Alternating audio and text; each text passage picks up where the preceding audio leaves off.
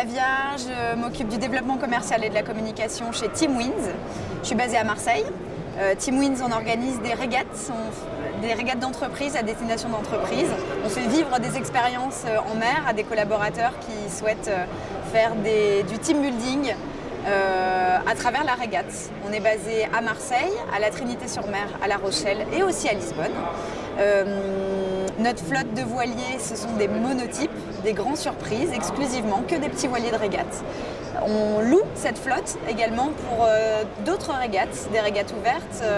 Ici au Nautique, on a beaucoup de régatiers, des gens qui savent déjà faire du bateau et qui viennent chercher justement ces programmes de monotypie pour des régates comme le Spi West France ou la Slim ou le Tour de Belle-Île et tout un tas d'événements qui sont à créer également. Alors chez Team Wins, on est une dizaine de salariés. Je dis une dizaine parce qu'on a une activité qui est un petit peu saisonnière puisqu'on organise des régates. Les métiers, alors moi je m'occupe du commercial par exemple, je suis chargée de communication également. C'est un métier des fois c'est au bureau, derrière un ordinateur à faire des devis, des fois c'est au téléphone, beaucoup c'est sur le terrain. Pour rencontrer les clients, typiquement sur un salon comme ça aujourd'hui, où ça va être d'autres métiers. On a des skippers qui travaillent pour nous, qui sont indépendants pour la plupart. Donc c'est des métiers techniques. On a chez Team Wins des salariés, on a, alors là je le fais en vrac, mais on a l'administratif et la compta, Valérie qui est responsable administratif et compta.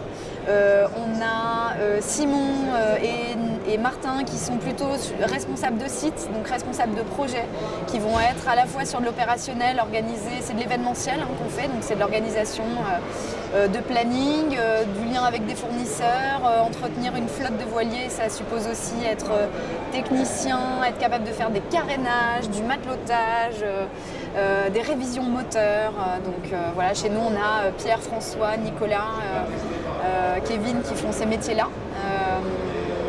Voilà, c'est assez varié. Nous, on est membre de la FIN, effectivement, parce que c'est toujours intéressant pour nous de rencontrer des professionnels comme nous, d'échanger des expériences. On est loueur de bateaux, mais pas que. On organise des événements nautiques aussi. Donc l'industrie nautique, les industries nautiques, c'est très pluriel.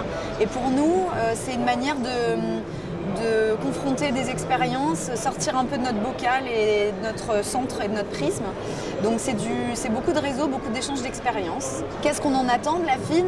De nous permettre de nous structurer et de comprendre aussi cette complexité, nous, qui nous touche en ce moment, c'est la problématique sur les métiers de skipper notamment et les questions des assurances.